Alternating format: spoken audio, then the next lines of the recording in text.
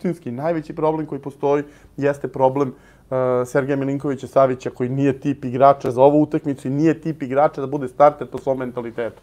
On je idealan da ti uđe u drugom poluvremenu, da slomi protivnika, zato što protivnik dotle brani nekoga, a onda ti se pojavi neko ko je ogroman i fantastičan tehničar i opasan asistent i opasan strelac i ti sad treba da se izboriš sa takvom nekim, a već si se izmorio i prilagodio jednom tipu protivnika. Ako ćemo pošteno, Srbije ponestalo igrača za ovu utakmicu na vrlo bitnim pozicijama.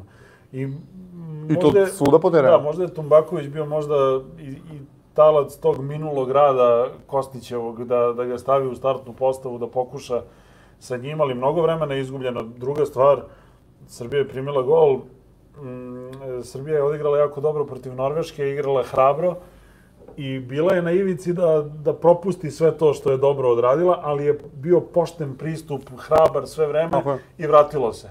A ovdje je bila potpuno druga priča. Ako igraš kukavički i ako se plašiš, onda će doći ta situacija gde ne zna niko kuda je prošla ona lopta kod gola, šut iz okreta, gde je blok čak bio i pravovremen u suštini, ništa se tu pogrešno nije uradilo, osim što se poklonila lopta protivniku, gde se konsolidovala ekipa, stala u blok, prošla je nekako lopta, jedini milimetar gde je mogla da se ušunja u gol i onda dolaziš u situaciju da moraš da improvizuješ. Okej, primio si gol, ništa nisi igrao do primljenog gola, i bacaš još 10 minuta, jer je prva izmena... I dobrih 15. Ne, ali prva izmena je usledila tek 10 minuta posle primljenog gola. U 7. minutu da je napravljena izmena bilo bi legitimno, a ne 10 minuta po primljenom golu, gde Srbija gubi 1:0, a imaš utisak da nikada neće dati gol, najubedljivijih 1:0 ikada. Srbija nije... Dakle, misliš da se nikada ništa dobro neće desiti na toj utakmici. Znači, ja sam se za Maršala u tim trenucima brinuo da će se razboleti od kiše, pošto ništa ne radi.